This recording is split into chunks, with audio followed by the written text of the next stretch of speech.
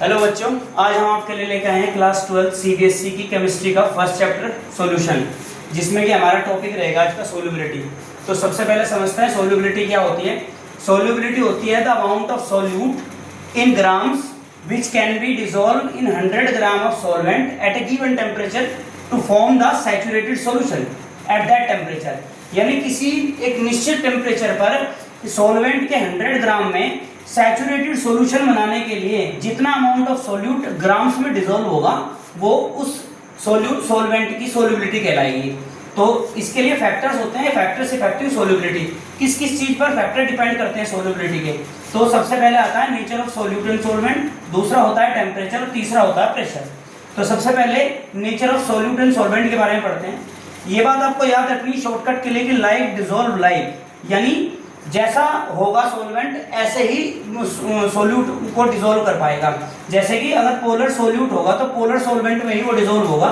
इसका एग्जांपल के लिए जैसे NaCl H2O में डिसॉल्व होता है, या शुगर डिसॉल्व हो सकती है वाटर में, इस तरीके से। और नॉन पोलर में डिसॉल्व हो पाएगा। जैसे कि एंथ्रासीन की बॉल्स होती हैं, एंथ्रासीन जो है बेंजीन में डिसॉल्व हो सकता है, या नेप्थलीन की बॉल्स होती हैं वो भी बेंजीन में डिसॉल्व हो जाती हैं। अगर हम एंथ्रासीन को वाटर में डिसॉल्व करना चाहे तो नहीं होगा, या NaCl को हम बेंजीन में या किसी और नॉन पोलर सॉल्वेंट में डिसॉल्व करना चाहे तो नहीं हो पाएगा। ठीक है, तो अगर पोलर होंगे दोनों तो अच्छे से डिसॉल्व होगा, अच्छा सोल्यूबिलिटी बनेगी। और अगर नॉन पोलर होगा तो भी अच्छी सोल्यूबिलिटी बनेगी। इसके बाद effect of temperature. Effect of temperature के लिए आप दो चीजें याद रखना, एंडोथर्मिक रिएक्शन और एक्सोथर्मिक रिएक्शन।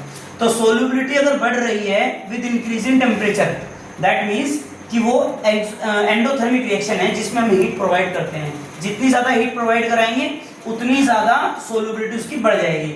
जैसे कि हमारे पास एग्जांपल में NaCl का एग्जांपल है और NaNO3 का एग्जांपल है, या ये कह सकते हैं कि आयनिक कंपाउंड के जितने एग्जांपल होते हैं वो लगभग उनकी सभी की सोल्यूबिलिटी टेम्परेचर इंक्रीज करने के साथ बढ़ती है।